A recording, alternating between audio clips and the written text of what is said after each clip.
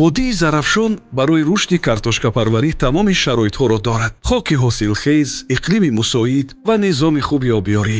ноҳияи кӯҳистони Мазшо, ки дар гӯшаи дурдасти водии зарафшони Тоҷикистон ҷойгир аст, яке аз минтақаҳои муҳим дар истеҳсоли картошкаи босифат ба ҳисоб меравад ва дар таъмини ғизои солим барои кишвар нақши калидӣ дорад. бо мақсади боз ҳам баланд бардоштани сифати тухмӣ ва ҳосилнокии картошка, лоиҳаи идоракунии ҳамгироии захираҳои табиӣ барои рушди одилона ва устувор дар водии зарафшон, ки дар доираи барномаи Иттиҳоди Аврупо оид ба рушди деҳот бо дастгирии ҳукумати ҷумҳурии Тоҷикистон ва аз тарафи фонди Оғохон дар Тоҷикистон амалӣ мегардад, ба истеҳсолкунандагони маҳаллӣ тухмии навъи Бигроса, Пикассо ва Монетоу дастрас намуд.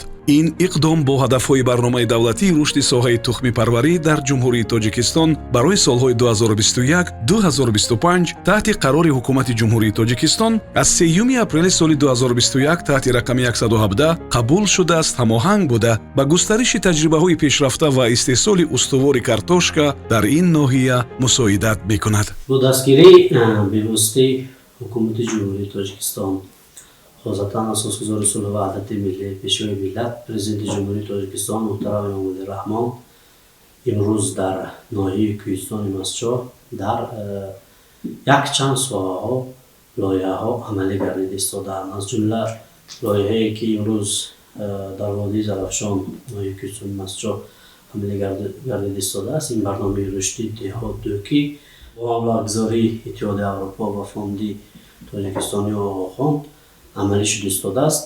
дар ноҳияи кӯҳистони Мазчо дар аксаран самти хоҷаиҳои халқи ноҳия кору фаъолият карда истодааст. имрӯз лоиҳа аз ҷумла таъмин намудани деҳқонони ноҳия бо тухмии хушсифат, ки давоми 3 соли охир зиёд аз 74 тонна тухмии хушсифати картошка ворид карда шуд, ки бо ҳисоб миёна аз 850 сентинер то 1200 сентинер ҳосилноки картошка муайян карда шуд. самаранокии ин тухмӣ дар таҷрибаи деҳқонони маҳаллӣ низ исбот шудааст. соли гузашта 400 кило картошкаи тухмӣ аз барнома гирифтем, дар 10 сотиқ замин шинондем.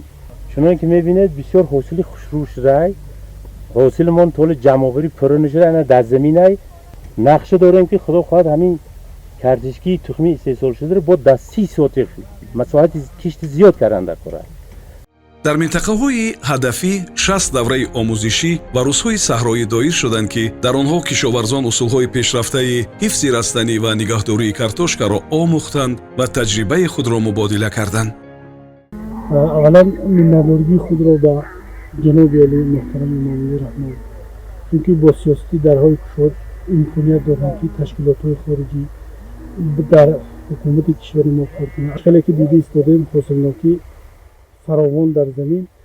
миннатдоригии худро ба ташкилоти Иттиҳоди Аврупо мерасонем, ки чунин имкониятҳоро барои мо дастрас карданд. деҳқонон миқдори тухмии гирифтаашонро дучанд ба фонди гардиши тухмӣ бармегардонанд, то дастрасии устувор ба тухмии хушсифат ва рушди картошкапарварӣ таъмин гардад. бовар дорам, ки дар оянда тухмии картошка дар ноҳия бо васеъ паҳн карда мешавад ва аз ҳисоби ҳосилнокӣ мо метавонем то 35% истеҳсоли картошка, ки яке аз маҳсулоти асосӣ дар ҷумҳурӣ ба ҳисоб меравад, зиёд кунем. дар доираи марҳилаҳои якум ва дуюми барномаи Иттиҳоди Аврупо оид ба рушди деҳот ба деҳқонони ноҳияҳои ҳадафии водии зарафшон 140 тонна тухмии хушсифати картошка бо шарти фонди бозгашт тақсим гардида, ҳосилнокӣ дар ноҳияҳои айнӣ ва кӯҳистони Мазшо мутаносибан 400 то 800 центнер аз ҳар гектар ба қайд гирифта шуд. аз ҳисоби тухмиҳои соли гузашта ва фонди бозгашт барои кишти баҳори соли 2025 дар маҳалҳо 760 тонна тухмии аълосифат мавҷуд буд. апробатсияи майдони кишти тухмии воридшуда дар соли 2025 нишон дод, ки ҳосили биологии интизории картошкаи навъи Пикассо ба ҳисоби миёна 1000 центнер дар гектар, Монетоу 900 центнер гектар ва Бигроса ба 850 центнер аз ҳар гектарро ташкил кард. ин иқдом на танҳо ба беҳтар шудани ҳосилнокӣ, балки ба самаранокии истифодаи захираҳо ва таъмини бозори дохилӣ бо тухмии босифат мусоидат менамояд тухми хушсифат, гарави ҳосили фаровон ва ояндаи устувор.